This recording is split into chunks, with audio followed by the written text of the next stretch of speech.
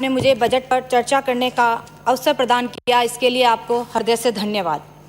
2021-22 का बजट जब माननीय मुख्यमंत्री जी गहलोत जी प्रस्तुत कर रहे थे तो ऐसा लग रहा था कि कौन सा वर्ग, कौन सा क्षेत्र वंचित रह गया हो, जिसके लिए कुछ घोषणा नहीं हुई हो। राजस्थान का प्रत्येक जिले के लिए यह बजट नए अवसर बढ़ाने वाला और आम जन हेतु बेहतर सुविधाएं प्रदान करने वाला होगा। माननीय मुख्यमंत्री जी अशोक जी गहलोत ने महात्मा गांधी की बातों को आत्मसात करते हुए इस बजट में समाज के हर वर्ग, हर प्रत्येक अंतिम पायदान पर बैठे व्यक्ति तक इस बजट को पहुंचाने और उनको सुविधाएं प्रदान करने, सेवाओं को किस तरह उन तक पहुंचाने का काम किया इस बजट में। सभापति महोदय, विगत वर्ष वैश्विक महामारी कोविड-19 ने पूरी दुनिया के सामने एक बड़ी चुनौती रख दी। इससे हमें कई नई बातें समझने का मौका मिला और सोचने का अवसर प्रदान किया। कोविड-19 ने पूरी दुनिया के साथ साथ राजस्थान के लिए भी बहुत बड़ी चुनौतियां खड़ी कर दी थी। लॉकडाउन के दौरान आम जन हताश की ओर बढ़ने लगे थे, लेकिन हमने देखा कि किस तरह अनुभवी डिजास्टर मैनेजर माननीय मुख्यमंत्री जी ने सभी प्रदेशवासियों व प्रवासियों को एक अभिभावक के रूप में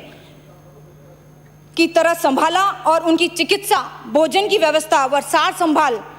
प्रशासन के माध्यम से, समाज सेवियों के माध्यम से, स्वयंसेवी संगठनों के माध्यम से, राजनीतिक व सामाजिक कार्यकर्ताओं के साथ मिलकर किया। ये और कोई नहीं, हमारे मुख्यमंत्री अशोक जी गहलोत, जो श्रवण की तरह एक माता पिता पूरे राजस्थान के लोगों को संभालते हैं। जो लोग कोरोना की चपेट में आए थे, उनके लिए इलाज कराना बहुत गंभीर हो गया था। गंभीर हालत में पहुंचने पर एक एक मरीज के लिए 7 लाख से लेकर 15 लाख तक का खर्चा आता था, लेकिन हमारे मुख्यमंत्री अशोक जी गहलोत, जो हमेशा चिकित्सा के प्रति संवेदनशील रहे हैं,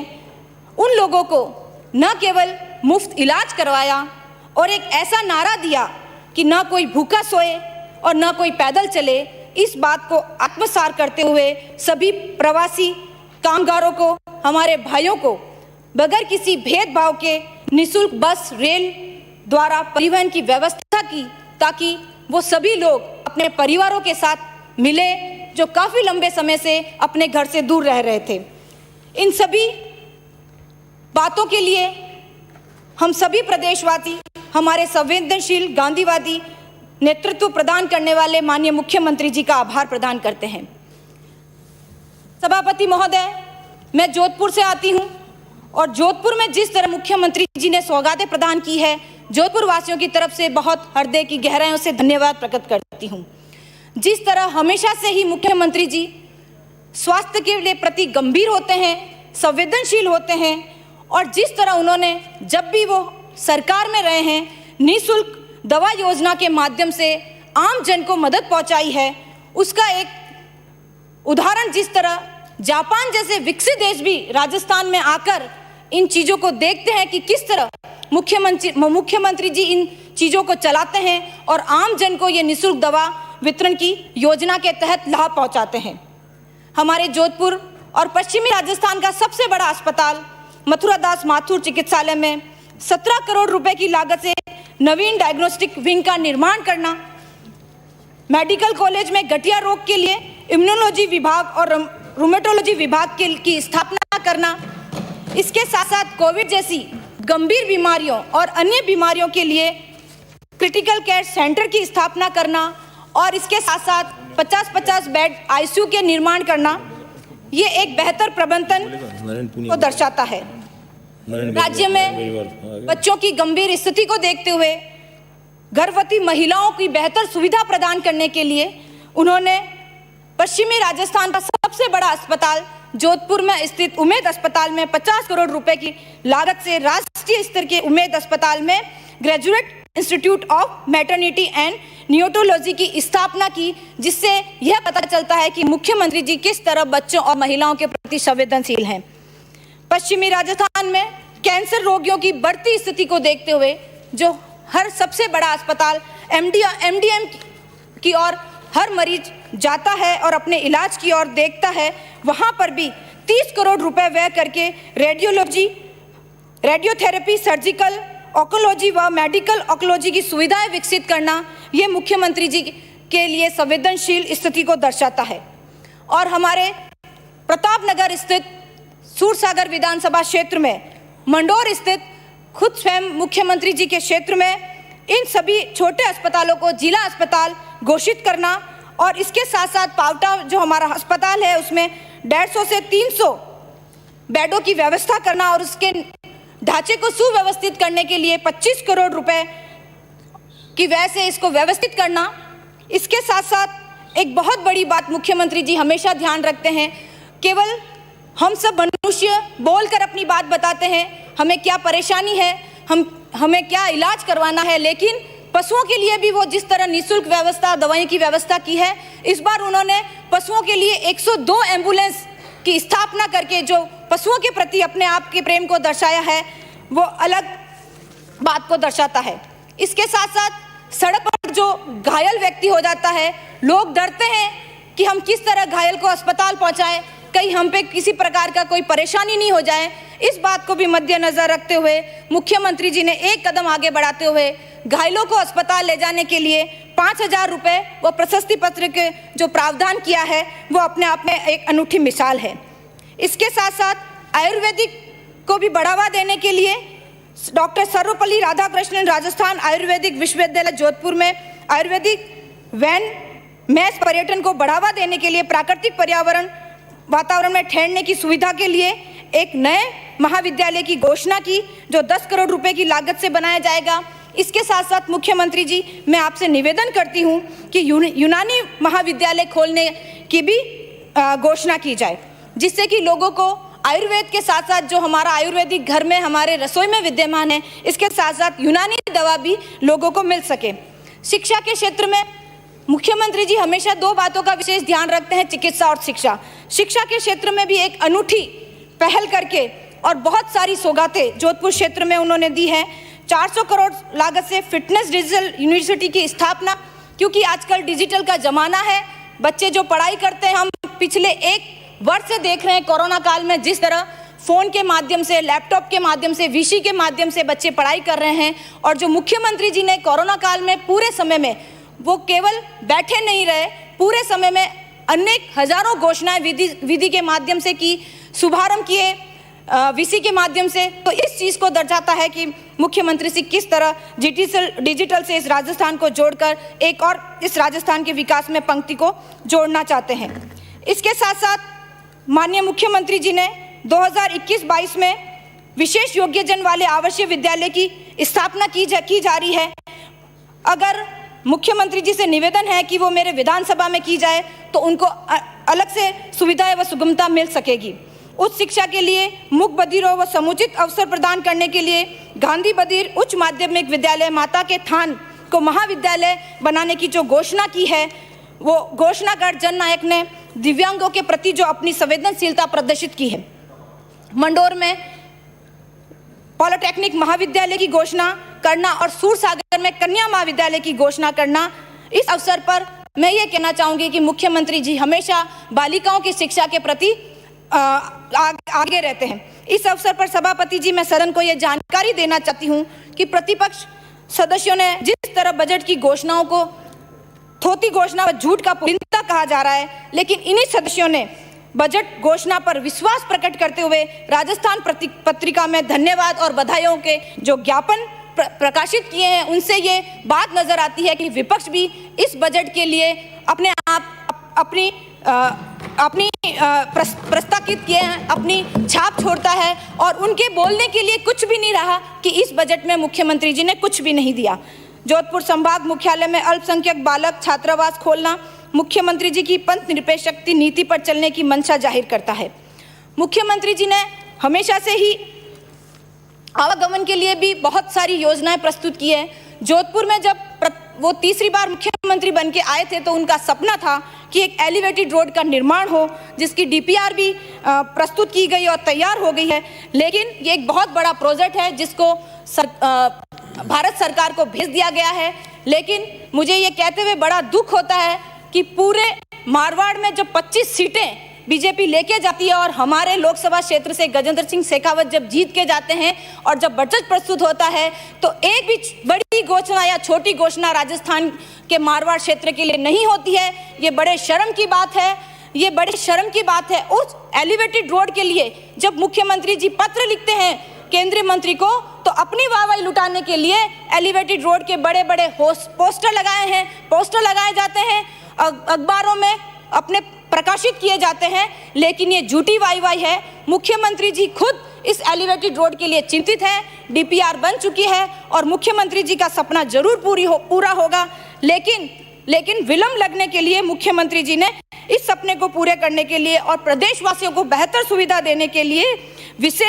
विशेषज्ञों से चर्चा कर बम्बे मोटर एवं बारहवीं रोड से पावटा तक मुख्य सड़क के समानांतर सड़कों का उपयोग करते हुए लूपिंग रूट स्थापित करने के साथ साथ जोधपुर शहर वासियों के लंबे समय से जोधपुर शहर को हेरिटेज रूप में विकसित करने के लिए हेरिटेज संरक्षण हेतु नई सड़क के बरामदों को रेलवे स्टेशन से रणछोड़दास जी मंदिर होते हुए पूरी तिराई तक के भवनों का जीर्णोद्धार कर घंटाघर से मेहरानगढ़ तक ब्लू कॉरिडोर का कार्य करवाने के लिए 100 करोड़ रुपए के व्यय की घोषणा कर आपने जोधपुर शहर वासियों को जो गौरवान्वित कर दिया है उसके लिए मैं आपको हृदय से धन्यवाद देती हूँ। इसी के साथ साथ मेरा माननीय मुख्यमंत्री जी से निवेदन है कि जोधपुर में वायु प्रदूषण रोकने के लिए एक डस्ट फ्री मॉडल रोड बनाना प्रस्तावित है, जो कि पर्यटन क्षेत्र को बढ़ावा देने के उद्देश्य से घंटाघर, नई सड़क, मोहनपुरा, पुलिया, भाटी चौराहे होते हुए एयरफोर्स स्टेशन तक बनाई जावे। साथ ही प्रस्तावित लूपिंग रूट को मोहनपुरा पुलिया से भाटी चौराहे तक जाने वाली सड़क के समानांतर सड़क, जो कि ओल्ड कैंपस के मुख्य गेट के सामने होते हुए सुभाष चौक, कृष्ण मंदिर, विश्नोई धर्मशाला होते हुए चौराहे तक जाती है, उसमें सम्मिलित किया जाए, जिससे यातायात की सुगमता होगी और समानांतर सड़क विकसित करने पर आमजन और व्यापारियों को राहत मिल सकेगी। इसके साथ साथ मुख्यमंत्री जी ने हेरिटेज, जो हमारा मेहरानगढ़ किले से लेकर घंटा तक का जो हेरिटेज लुक है, जो पर्यटन की दृष्टि से बहुत उपयोगी हैं और वहाँ हजारों लाखों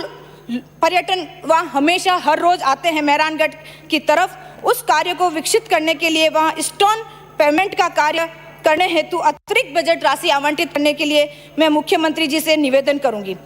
जोधपुर मेहरानगढ़ किले से जाने वाले पर्यटकों की सुविधा के लिए बालसमंद घोड़ा घाटी से मेहरानगढ़ किले तक सड़क मार्ग निर्माण हेतु 10 करोड़ रुपए की घोषणा करने के लिए मैं मुख्यमंत्री जी को धन्यवाद देती हूं। और इसी के साथ साथ माचिया किले के संरक्षण एवं शहीद स्मारक के विकास के कार्य हेतु 2 करोड़ की लागत की घोषणा की गई। इससे लगता है घोषणा से जोधपुर के शहीदों को सच्ची श्रद्धांजलि मुख्यमंत्री जी ने अर्पित की, इसके लिए मैं उनको हृदय से धन्यवाद देती हूँ। इसके साथ साथ मुस्लिम तीर्थ स्थल दरगाह तनापीर मंडोर जोधपुर के धार्मिक पर्यटन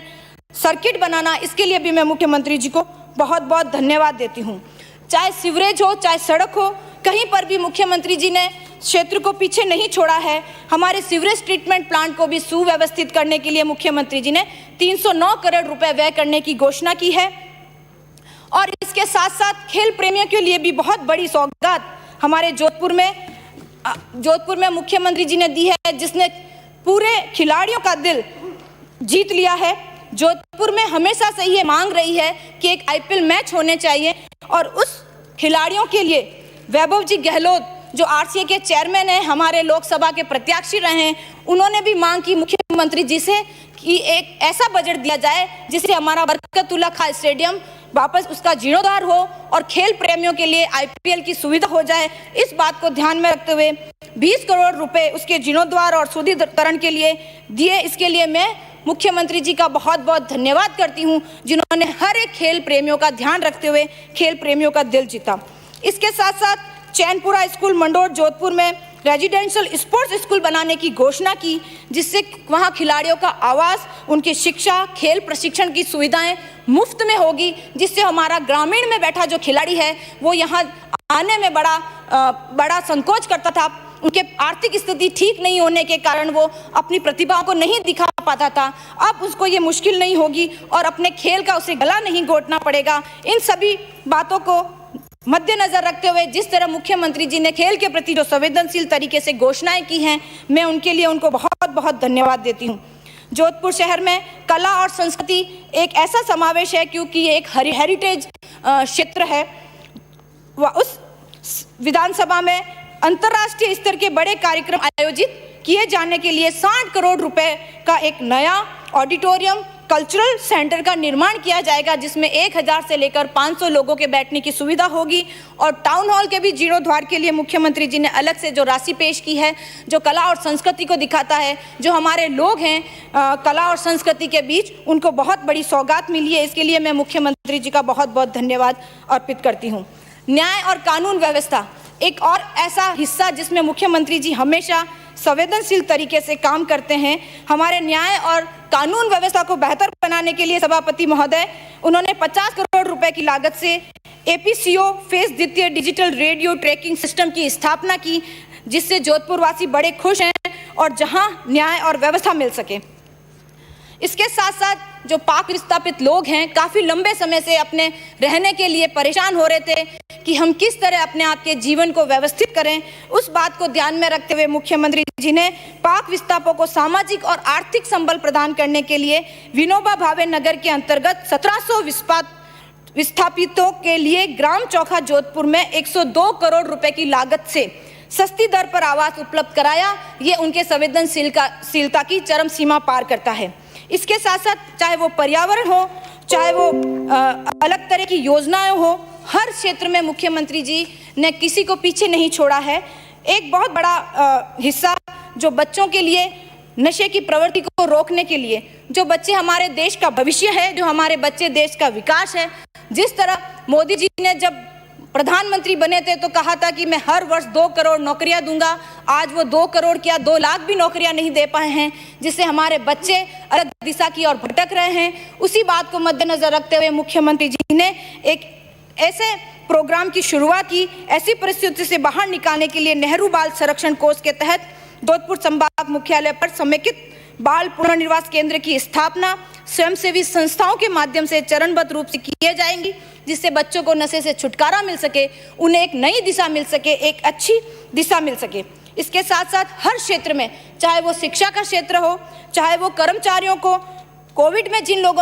लोगों की तनख्वाह काटी गई थी, उनके बात को ध्यान में रखते हुए उनकी वेतन को वापस देना एक संवेदनशील निर्णय है। सभापति महोदय, बजट 2021-22 को देखते हुए प्रतीत होता है कि माननीय मुख्यमंत्री जी ने इस बार गागर में सागर को समाहित कर लिया है। हर वर्ग, हर क्षेत्र, चाहे वो महिला की बात हो, चाहे वो शिक्षा की बात हो, चाहे वो स्वास्थ्य की बात हो, चाहे वो तकनीकी क्षेत्र हो, चाहे वो कृषि, चाहे वो उद्योग, युवा, व्यापारी, कामगार, चाहे वो मजदूर, विद्यार्थी वर्ग हो, हर वर्ग के हितों को रक्षा की और इस बजट के माध्यम से हुई है। सभापति महोदय, यदि यह सब संभव हुआ है तो उसके पीछे हमारे मुख्यमंत्री जी का बेहतर विजन और कुशल प्रबंधन की एक अनूठी मिसाल है, जो आने वाले समय में राजस्थान के विकास के पथ पर मील का पत्थर साबित होगा। विगत वर्ष कोविड-19 की वैश्विक महामारी ने सभी के सामने बड़ी बड़ी चुनौतियां खड़ी कर दी। उसके बाद भी इस बेहतर बजट को देखकर यह सब निकलते हैं। तूफानों का रुख मोड़ अपने साथ कर लिया, मंजिल तक पहुंचना था मुसाफिरों को, मीलों रास्ता हौसलों से तय कर लिया। आपने मुझे बोलने का मौका दिया, उसके लिए बहुत बहुत धन्यवाद। जय हिंद। वासुदेव देवनानी, श्री मेवाराम जैन।